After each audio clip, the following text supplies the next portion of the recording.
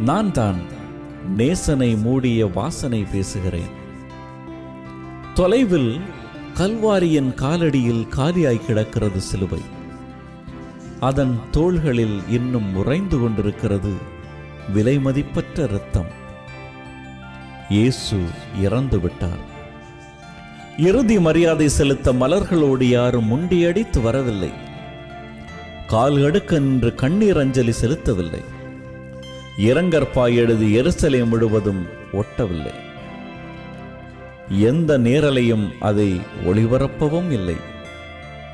ராஜாக்களின் ராஜா, அரசர்களின் அரசர், மண்ணுலகின் மீட்பர் தனியே கிடந்தார். அவரது உடலை கேட்கக்கூட உதறல் எடுத்தது உடனிருந்தோருக்கு.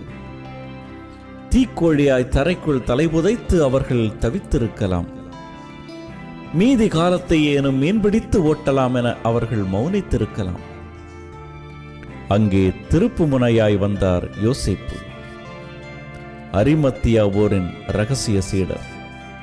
வெளிப்படையானவை இரகசியமான போது இரகசியங்கள் வெளிப்படையாகின்றன. தலைமைச் சங்க மரியாதையை விட தலைவர் இயேசுவின் இறுதி மரியாதையே முக்கியம் எனப்பட்டது அவருக்கு. இயேசுவில் இரவில் சந்தித்தவரும் அச்சத்தை அவிழ்த்துவிட்டு இங்கே பகலில் சந்திக்கிறார். அன்பு ஊற்றெடுக்கும் இடத்தில் அச்சம் ஓட்டம் எடுக்கிறது. யூத முறை அடக்கம் என்பது எளிதானதல்ல. குருதியில் புரண்டிருக்கும் மேனியை குளிப்பாட்ட வேண்டும், எண்ணெயினை உடலில் பூச வேண்டும், கைகால்களை துணியினால் சுற்ற வேண்டும், வெள்ளை போளமும் சந்தனத்தூளும் நறுமணப் பொருட்களும் சேர்க்க வேண்டும். அதன் பின்பே குகைக்குள் புக வேண்டும். முடிவெடுத்த இருவரும் முடித்துவிட்டுதான் விலகினார்கள். எந்த வாசனையும் இயேசுவின் அன்பின் வாசனையை மிஞ்ச முடியுமா?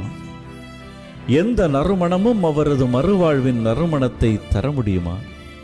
கடலுக்குள் கலக்கப் போகும் உப்பை போல நான் என் கடமையை செய்தேன்.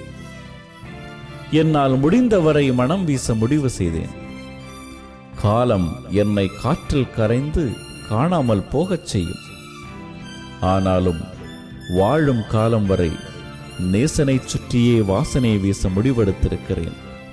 உங்களைப் போலவே